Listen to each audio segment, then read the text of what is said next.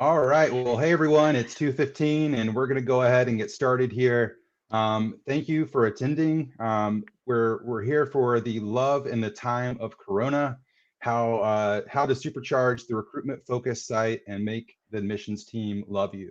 And I think I've been super excited about this presentation, mainly because that title really resonates with me. If you're on a campus right now, you're hearing a lot about Corona. And we all like when the admissions team loves you as well. So this is going to be really good. I'd like to introduce Hannah, who is the marketing manager at Funnelback, and we also have Will, who is the search specialist at Funnelback. I'm going to go ahead and pass it off to them. But if you do have questions today, go ahead and submit them in the chat.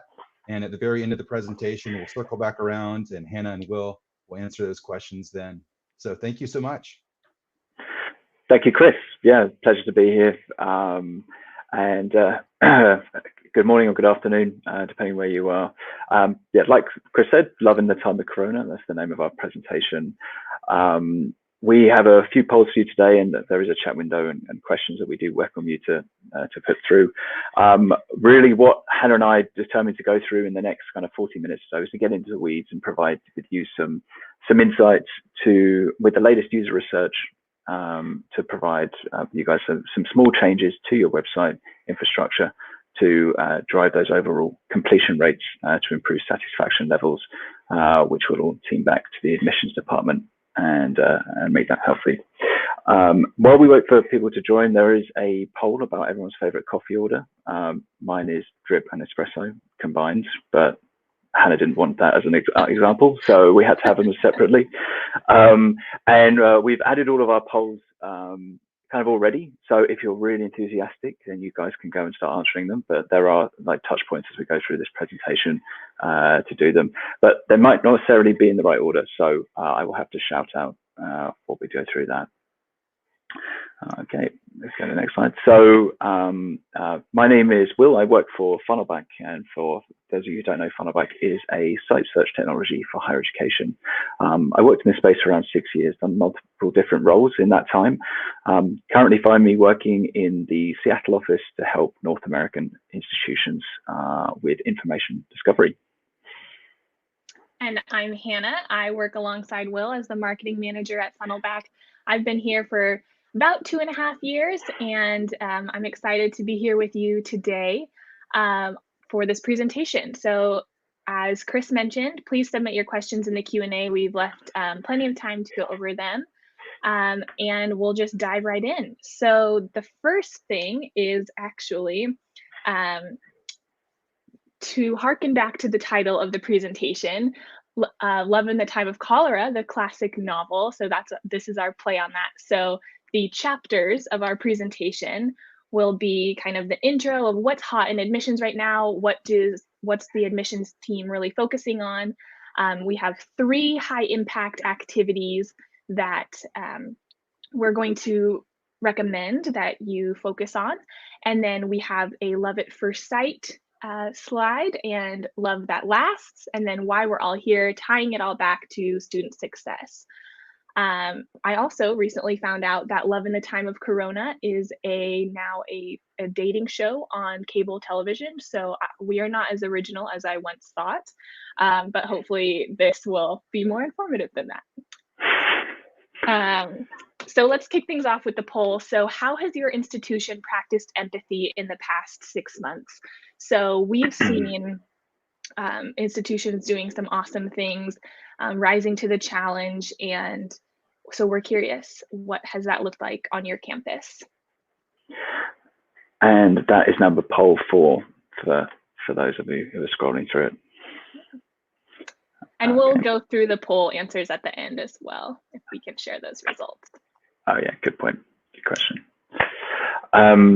So pretty an opening slide, what is hot in admissions. So other than all of us having really great fashionable new masks, and I'm sure there are some institutional specific ones that I'm looking forward to see, there has been a great sort of proliferation of information that has come out. And I think what it's probably a good subset is everyone's having to read the room about the process that prospective students are going through over the last 3 or 4 months, and all of those messaging, all that email outreach and those text messages and social content that have worked pretty consistently for the last 5 or 6 years about value props and the like isn't now applicable, and everything has to change, and really getting into the weeds about what is it that our potential students are going through, showing some empathy, which is that first sentence here, and how does an institution provide that sort of customer experience. And I think Hannah and I can even testament to our work at Funnelback. We've had to change completely about how we speak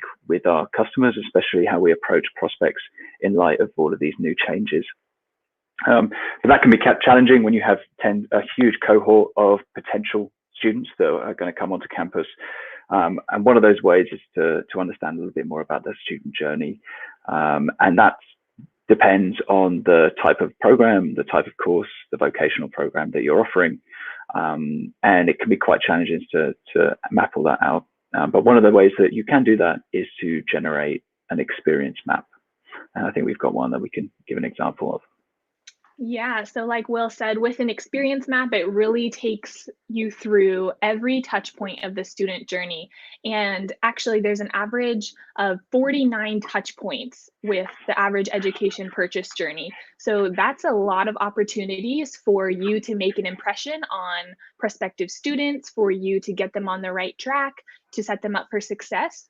One thing that we want to focus on for this presentation, because it is admissions focused, is to acknowledge that some of the first touch points that a prospect has with your university might not be digital. So they might pick up a pamphlet when the college counselor visits their high school.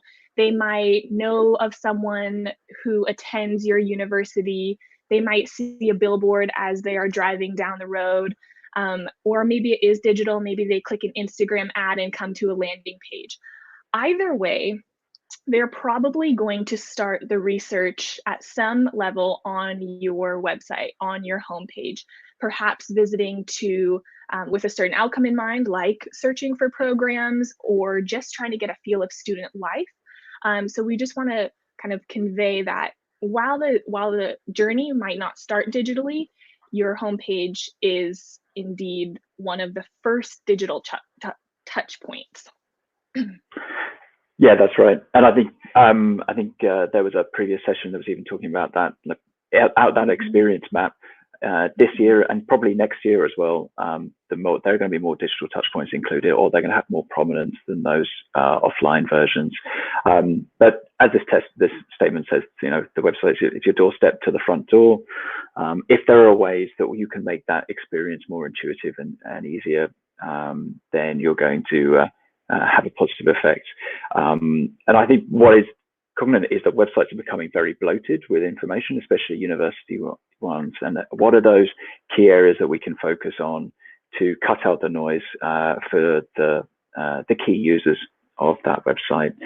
And if you can do that, then at the beginning of this information, those at that admissions team will be happier for it.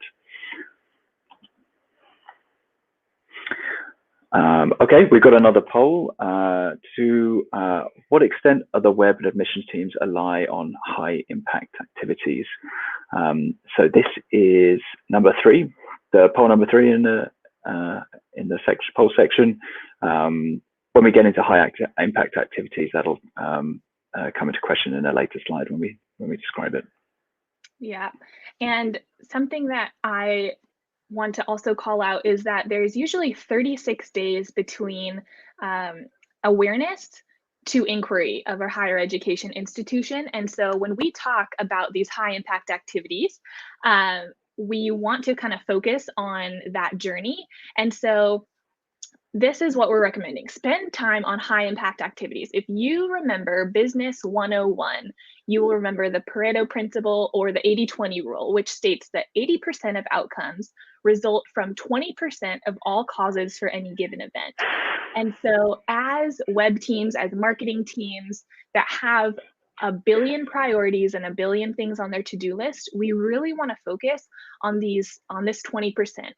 Or else you're going to feel like our friend here on the right, putting a lot of effort in for not a lot of result. So what are these 20% of activities? We have 3 that we are recommending as vital for your website. Mm-hmm. Yeah, that's great. I think there is a fantastic book by Jerry McGovern about sort of top tasks and this phenomenon as well, about having to do really low impact pieces of work for the particular schools or departments. And in this kind of unprecedented time, I hate that phrase, I was trying to think of something better to say. If you can focus on those top tasks, then you're going to have a much better impact. I think he called it the long neck scenario. Yeah, first recommendation. It seems obvious, but I think in the next 6 months, as we look forward to the next recruitment cycle, it's probably worth revisiting. Is what is the top task of what's the main reason your website exists, and that's for prospective students to find information about programs and majors that you're offering. So they don't come to find about information about the school or anything like that. That's the number one reason that you can do that. And it's a really, if you can think about that, then it allows you to focus your efforts on trying to improve the experience when a visitor does get onto that program page. The best shot at a higher conversion rate is to improve the usability, especially if people on this call who are on the web team, you can't entice more visitors to the website, but you can convert more of them. And this is a great way of doing it in a quick manner. So what is it that makes a captivating program page? So in an ideal world, you've got user research of your specific audiences that you can then use to tie into the way that you represent your information architecture. There are kind of 4 things that are most, if you can get these 4 right, well, all of the best program pages that we see, and we'll show an example in a second, include these four areas. The first one is content with a marketing slant. So when I say marketing slant, it's does the content truly give understand the value proposition of your institution? So if the decision-making process between you and 7 other schools is all online, is the content made in a clear and concise manner that a prospect can understand that? Ideally, you have a pro or someone hired full-time to write content, or you outsource that, because it's a significant job, and also means that you don't want it including institutional verbiage from faculty members. Clear call to action. Every web page should have some kind of end goal in mind. Don't want to bombard them with call to actions. You guys aren't airlines, you know that, and there's a serious decision about going to an institution.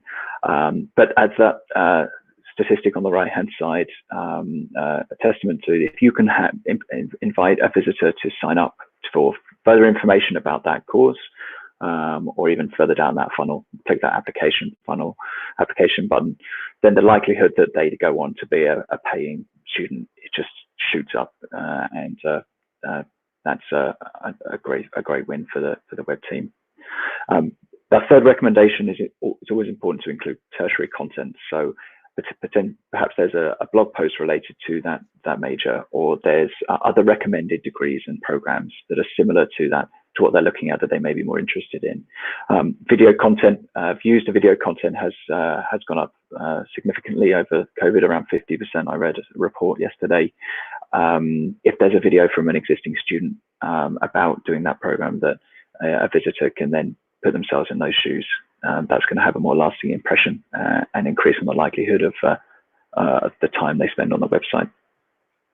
And finally, as well, having an area of frequently asked questions, or answers to frequently asked questions, is always paramount. So what's the admission process? When's the deadline to apply? How many credits do I need? What are the entry requirements? That's really sort of table stakes information you need. And of course, what kind of career prospects can the visitor expect from doing that maths major? What's even my salary expectations? Trying to join the gaps between those two will have a significant impact on the visitor understanding that it's the right program for them. That's right. And here you can see UND's program page, and this clearly has the CTA right there, request information. It answers some of the key questions right at the beginning with format and program type. As you scroll down the page, you can see career info and requirements. So it's really important for the program page to get users all the information they need without overwhelming them. in a clear format, and also just be a clear step in the marketing funnel to say, hey, this is what we want you to do. We want you to request information about this course, because as Will said, when you do put your email in and sign up for that, that's a high intent activity, which means that we've heard from BCIT that it's an average of 8 times the average site visitor. So those users are worth a lot to you. The second principle that we're recommending is user-centered thinking. So a lot of times what matters to a university doesn't necessarily matter to the end user. So the California community colleges implemented what's called guided pathways to help center around the user and get them on the right pathway. So they say students are helped from the start to understand an academic and career options, choose a program of study, and develop a plan based on the program maps. So that means this content is easy to find, it's important to prospects, and it guides them to the next step, because prospects don't know where they're at in your marketing funnel, how you've designed it. So it's really important that we make the pathway as clear and as easy to find as possible. In that vein, kind of going back, putting ourselves in the prospect shoes, kind of thinking like the admissions team, what is maybe not so helpful on a program page on the website, and then we'll go to what is helpful, so it's not all negative, but what is not helpful. So using the internal structure is not so helpful if I've never interacted with your university before. If I'm a prospect and I want to know if you have a certain program that I'm interested in, I am not really sure which department it would fall under, not really sure which school it would. So forcing me to use the internal jargon and the internal setup of your information architecture is just going to create a lot of friction in my journey to try to find a program. Another thing is a long list of programs, or this kind of vague, like, we have a variety of 200 plus academic programs, which is great, kudos. But if I'm a user, that doesn't tell me if you have the program that I want to study or that I'm interested in. Similarly, with that, if it's in just one long list, usability studies show that users only read about 20% of the information on any given web page, no matter the content. And so it's very easy to miss maybe something that I could have been interested in if I'm just skimming the page. The third thing that's not particularly helpful is irrelevant options for a certain audience type. For example, if I'm an international student, I want to see options that I could actually do and that are available to me. If it's not an option for an online course, for example, then that's not particularly helpful for me to see. So it's important to be able to personalize and customize the experience of finding what's available. Excellent. So more on the positive note, what we've found, if we're taking that approach to understanding and putting ourselves in the student's perspective, providing a concise program summary, especially at the beginning at the top of above the fold of the page, can really help with visitors with their information sense. Not a huge wall of text. Another user research that we were involved with the University of Arts London was the feedback that potential students like to be able to compare programs that are of interest to them, to understand what certain attributes they need to do to achieve them. They haven't got a particular, the students that aren't totally convinced that they need to do, medicine, for instance, they like to compare or understand related programs that are available to them. If I was taking it sort of on a rudimentary sense, if I was looking at mobiles between an iPhone and a Samsung Galaxy, I'd want to know, differences between the packages, the different modes, and certain features and functions. This third metric was actually, I think I read a user research by the Global Reviews. One of the second most sort of sources of frustration for prospective students is there wasn't an easy way to navigate, to filter down to programs that were of interest to them or relevant to their specific requirements. So understanding what kind of, or where they can carry out that study or mode of study, is it purely on campus or online, or when they can start, leaning more on the vocational degrees as well for this, having the ability to go through, as Hannah said, all those 200 programs that you offer to navigate just to the small subset that's relevant to them, can be of real benefit. And this last statement, this is really making sure that no matter where a visitor lands on your site, they'll come from all of web search engines. They're not always going to come from the homepage. Very small percentage of that, or maybe they'll come from a mobile view. Always having a compelling call to action or a reason on those department pages or those pages that aren't necessarily truly recruitment focused can help with those overall completion rates. So trying to capture that information about that person. All right. Okay. So our third point about sort of high impact activities. So the last two have kind of been really kind of content focused and understanding about, okay, how can we present information in a clear, concise way. This third one really ties into basically how visitors find that information through navigation and search. And when I read this statistic, I was,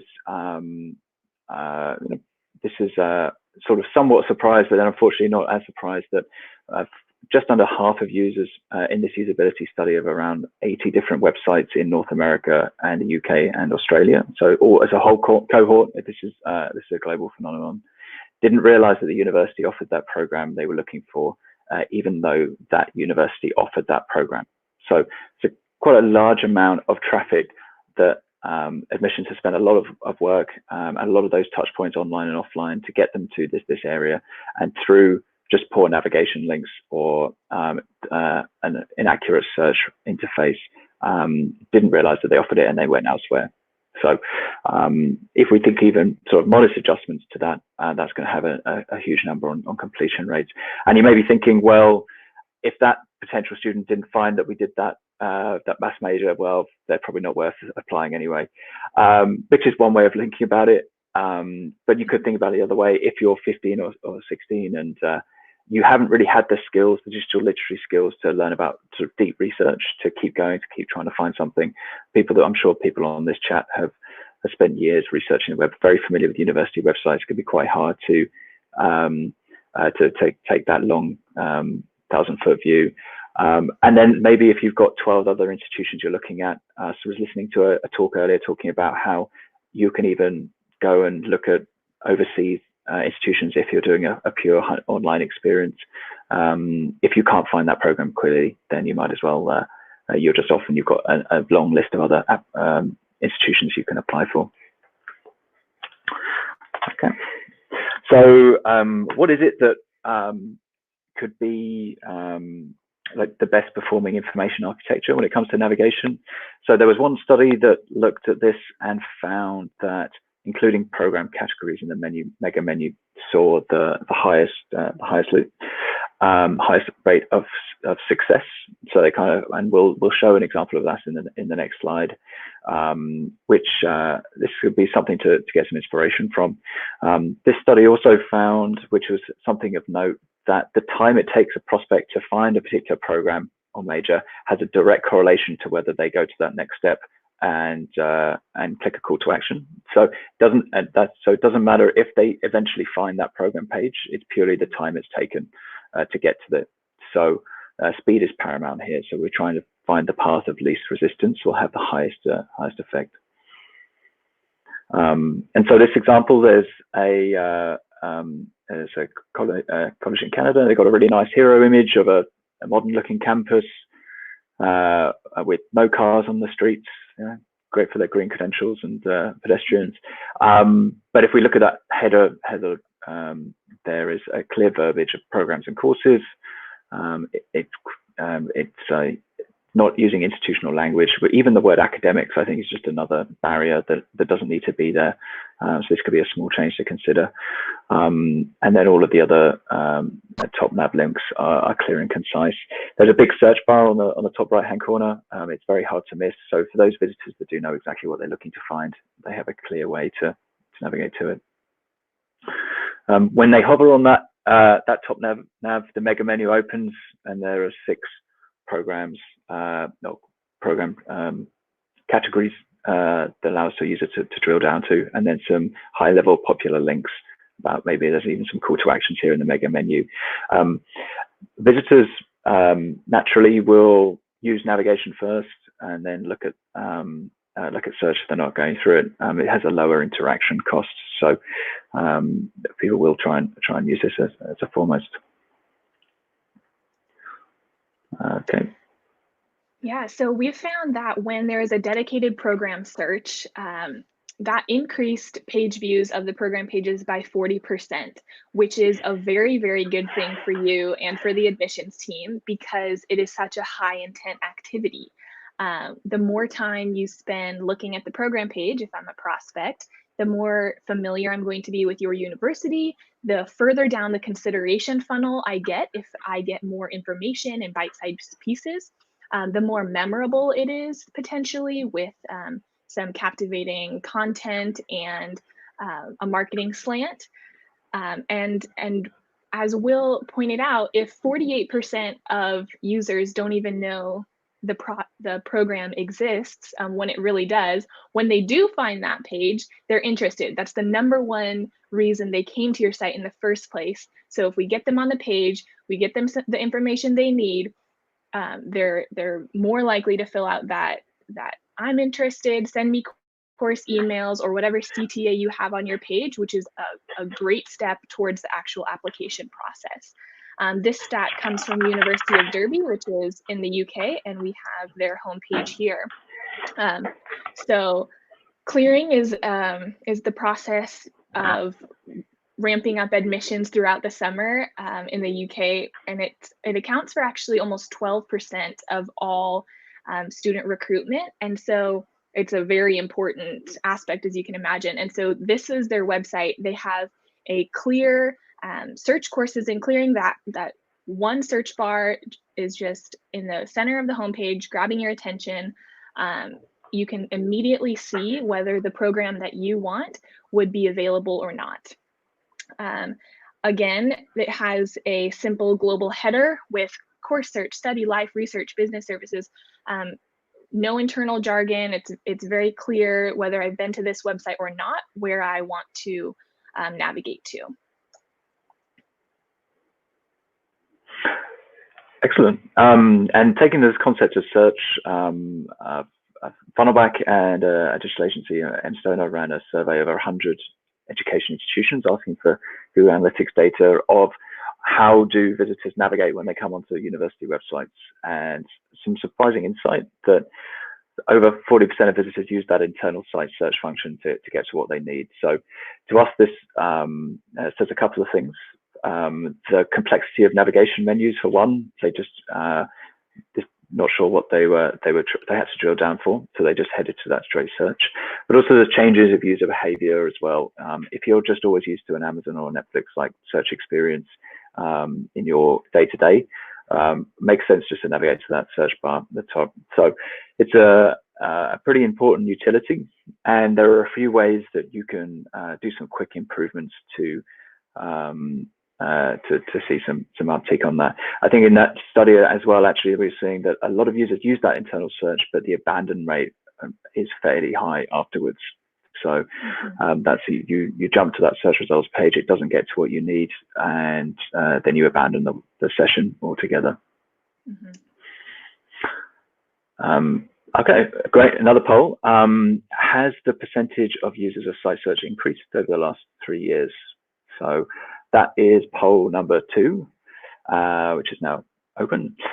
We'd love to hear if you guys are seeing corroborating what that study we released a few weeks ago is saying, and if that's come up in conversation.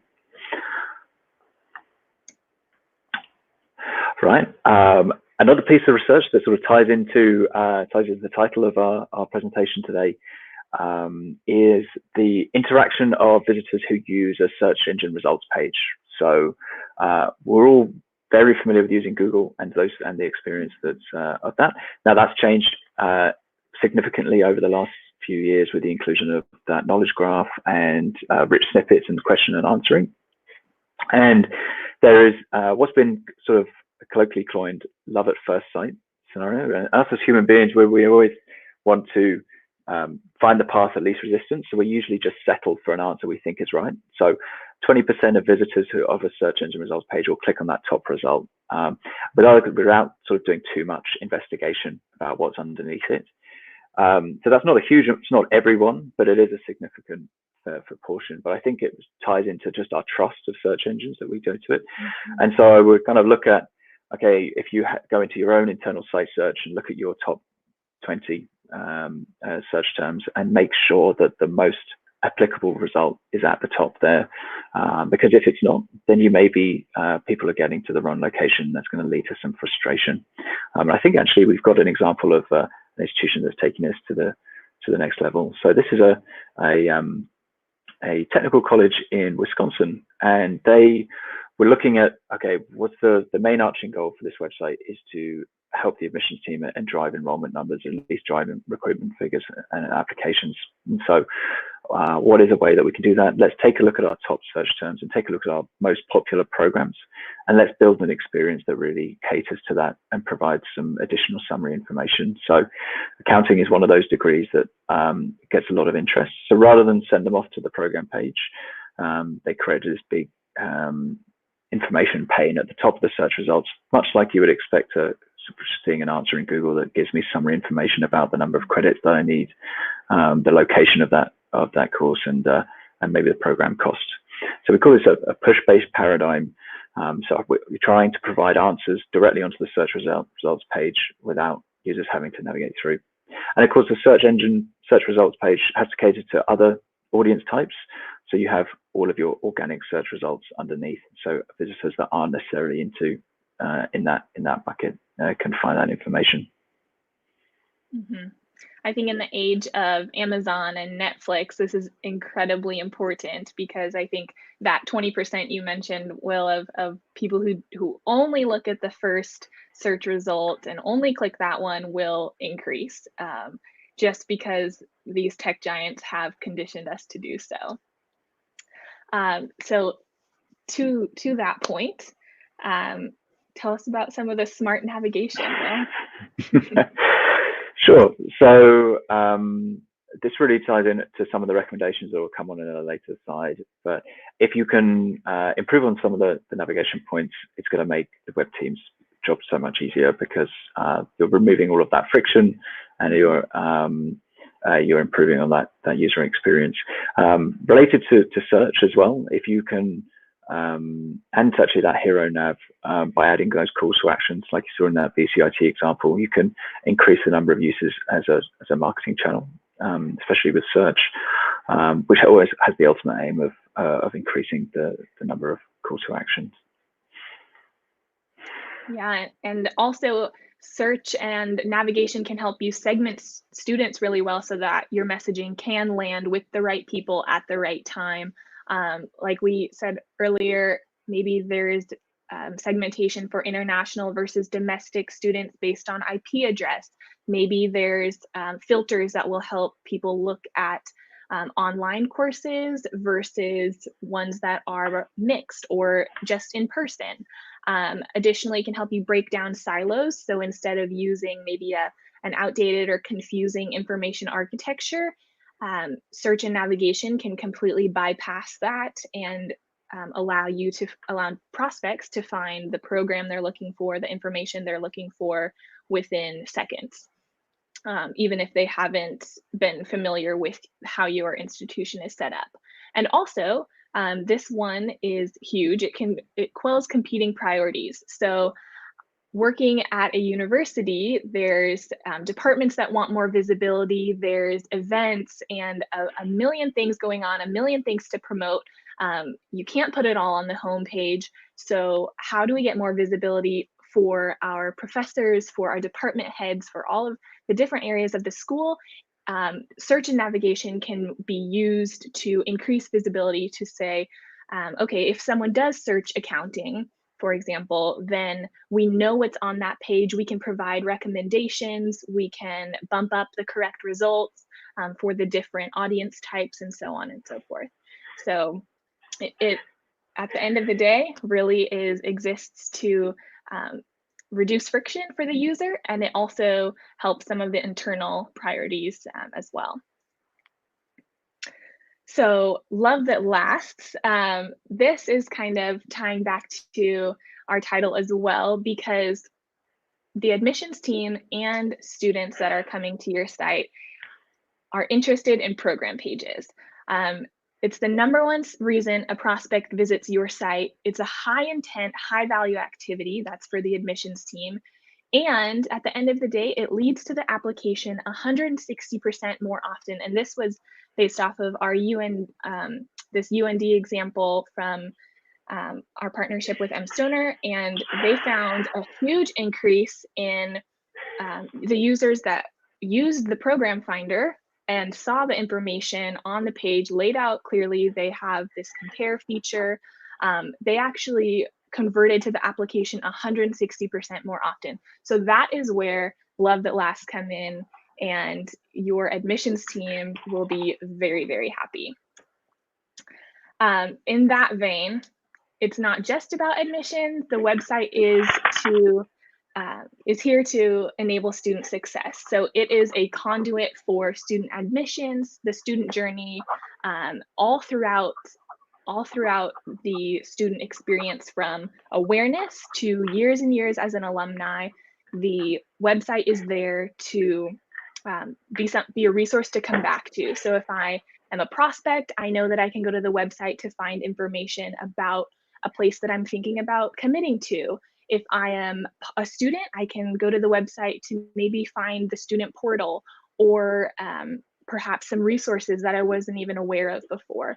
And then beyond that, if I'm an alumni, I'm coming back to the website if I want to know what's going on with my school. And so the website is really this underlying current that will be a key part of the student journey for their whole life. Brilliant, we made it. Okay, so a few takeaways to go from what we're going through today, as we would like to have these. So yep, if you can, remove that insider language from your top navigation. At the very least, try and ensure that it clearly points to program options. I know that is usually pushback from certain department heads, but hopefully in this, all of the statistics that we show today will be a testament that it's worth doing. If we move to the next one. And this is from that third thing about the struggles that visitors have with the navigation on the site. If you can clearly signpost your search, make sure it's a search box that's visible in your top nav, not just a magnifying glass. It needs to be at least sort of 32 characters, I think, is the industry standard. And if you had the resources, including a dedicated program search to provide a special experience, has those overall inclusion increases on program page views, like we saw with the University of Derby over there. And then with the Love First site, at a very minimum, site search is a tricky thing to improve on. But if you can take those top keywords and improve on the internal search results, make sure that top result is at least a best bet. I know it's not going to be sometimes certain search terms are very ambiguous, but for those key action items, if you can jump into your search console and make sure those are right, then you're going to see some uptick in conversion center straight away. All right, Will. Okay. Are you able to share the poll results? So it looks like I have to actually submit an answer, so bear with me. I'm going to go middle of the road for everyone. I know that the tea has come out as everyone's favorite coffee, which is brilliant. Which I think is very, very fitting. Okay, has the percentage of users of site search increased over the past 3 years? The answer is, I'm announcing 66% say yes. So it's becoming a more trusted form of navigation. That's an interesting one. So to what extent are the web and admissions team aligned on high impact activities? 76% saying moderately aligned. So there's maybe some professional differences, and 17% highly aligned, which is fantastic to see, and 0% not aligned, which is great. How has your institution practiced empathy in the last 6 months? Quite of an interesting one. So around 30% have implemented technology solutions to engage with students remotely. I've seen some really interesting stuff. I saw one with Western Ontario, who have created like this. You can publish some of your learnings to their community, and then they get a bit of a bump in their grades, and they have to describe what they've learned, and then others can interact with it, which is a great use of that.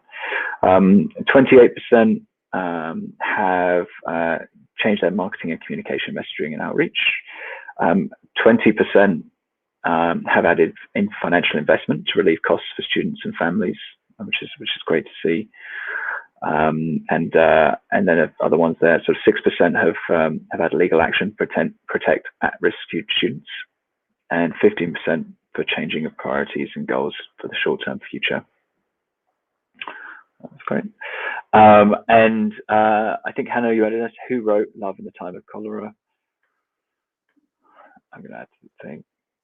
And I don't even think it was open, so we can ignore that one. Sorry, that was just for us to see.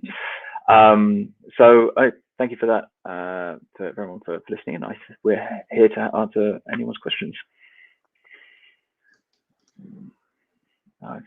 Yeah, thank you so much, Will and Hannah. That was great. I myself learned a lot, and it looks like we do have some questions as well from Todd and Alan. And if anyone else has more questions, go ahead and type those in. So Todd's asking the question: how do you sell the benefits of having the program pages have content with a marketing slant? And Todd's saying his admissions and faculty teams often push back, and they want more academic type language on those pages. Yeah, that's a very important question to ask for. I guess it's a trade-off, isn't there? I think you have to try and convey the benefits while at the same time catering to their request. I think I may have not mentioned at when I was going through that it's still important to include what is it that a student is going to learn when they take that major or degree, and having all of that. Well, I would say that you can maybe employ the method of progressive disclosure. So try and bargain with these departments and say, okay, well, maybe if we can have a more kind of readable entry paragraph about what it is that this offers and how this could help the student, and then allow them to get into the weeds through other subsections of the page. That can sometimes be a way of striking a balance between the two. And if or the final one runs some A/B testing, but that's a harder thing to get through, and a bit more time consuming. Yeah, I've noticed from my own experience, anytime we offer research back to faculty or admissions that kind of contradicts what they're saying, they typically have a tendency to resonate with that, and that's a good way to keep things moving forward. So we do have another question from Alan, and he has clearly taken note of the title of this presentation, and it's kind of played off that with his question. So, are you seeing any general changes in site search during the time of Corona? Less love or more love? I like it.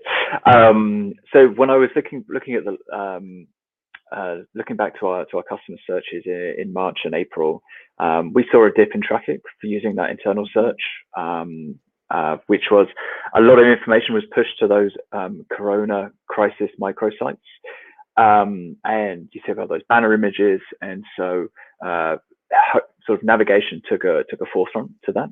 More kind of general discovery tasks just didn't seem as popular. I think there was kind of this sort of people didn't know what to expect in the future, so just general inquiries and traffic just fell completely off. And then also search terms for internal faculty and staff members was reduced as well, because everyone was just glued to the news and whatnot. We've seen it kind of come back much more over the last 2 months, much more to normal search activities. So we had a big sort of more of a spike about during graduation and commencement, and now we're in kind of the summer lull, and then when the classes kind of come back, maybe this week, next week, we're going to see all of those search terms that are related to onboarding. What we are predicting as well with all of these online onboarding microsites and sort of student digital experiences, so everything you'd get in a physical campus being in a digital sense, we're kind of monitoring it closely because we're going to get some interesting search terms, and especially if students are going to start answering in a more sort of what we call natural language terminology, and like, oh, how do I access my email address and all this kind of thing. So that's what we're predicting. So here's a question that I have. I really appreciated everything you all said about the program search, like on the home page or on the program listing page. Have you seen any instances where that program search actually hurt students trying to find a program? For example, if maybe the search filter only worked like with exact matches, so maybe you have a RN to BSN program and someone searches nursing and then they get a no result. What are some ways to avoid that, and what are the things that you need to do in order to have a quality program search on your website? Yeah, that's a really important question, because there's a big divide between like a direct JavaScript database to hook up search and a full text search experience.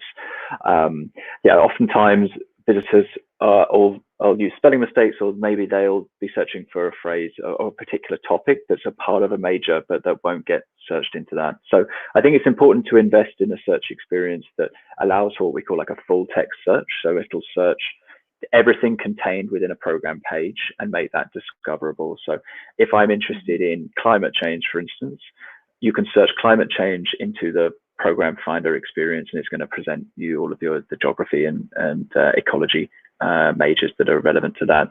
So what you can do if you don't have a full text search, and it is to hook up, use tagging to add synonyms.